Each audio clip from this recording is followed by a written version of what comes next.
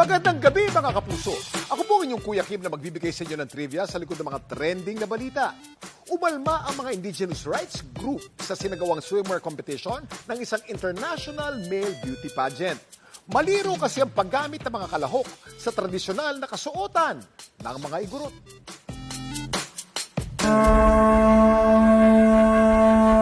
Bilang bahagi ng kanilang pre-pageant activities, swimwear competition ng isang Philippine-based international male beauty pageant,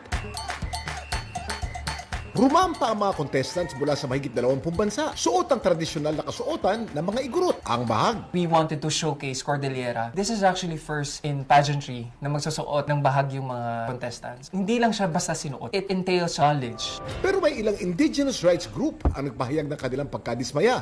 That's a very good platform sana. Karoon ng controversy dahil doon sa pag-fold ng bahag.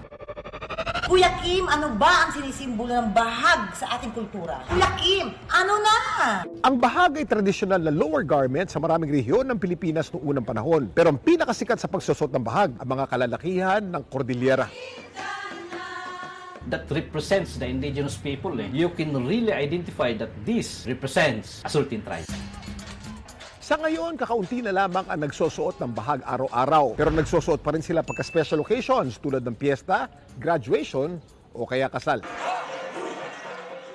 Ang bahag may wastong paraan ng paghahanda at pagsusuot nito. Dapat pumabang laylayan dito. Hindi po dapat nakaganon o nakaganyan. Siya kasi ang nagtatakip dito sa private part natin. Kaya dapat ganyan po. Likod naman po, style kung saan comfortable yung gagamit. Meron kaming clearance from NCIP na pwede namin gamitin ang different bahags. Before we stage this event, kumuha tayo ng consultant natin endorsed by Department of Tourism. Educate na kami kung paano ang tamang pagsuot. Meron akong sinulat na libro na kasama doon yung tamang pagsuot ng aming mga kasuotan in our contemporary time. Yung mai-involve. Binigyan ko siya ng kopya. Nagsusumamo po ako sa inyong lahat. We apologize. It's a continuous learning and culture is dynamic. Magkakaroon kami ng live discourse so they can raise all their questions on the right platform. Na-explain naman nila yung side nila. Willing din naman yung mga organizers natin na magkaroon ng isang forum with the elders. Doon nila mapagdidesisyonan. What would be the appropriate sanctions?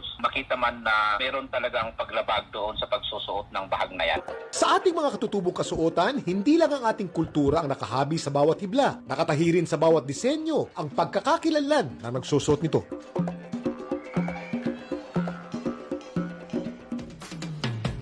Ang disenyong makikita sa mga bahag ng mga igurot, nagpapahiwatig din kung saang tribo sila kabilang. Gaya ng mga taga-buntok, kung saan ang kanilang mga hinabing tela may disenyong geometric shapes na mga nakikita nila sa kanilang paligid, gaya ng tao, butiki, bundok, ulan, at bulaklak. Pagkalamig dito sa Cordillera, magkasarap. Samantala, para malaman ang trivia sa likod ng viral na balita, i-tweet o i-comment lang, #Kuya Kim, ano na? Laging tandaan, importante ang may alam. Ako po si Kuya Kim at sagot ko kayo 24 oras.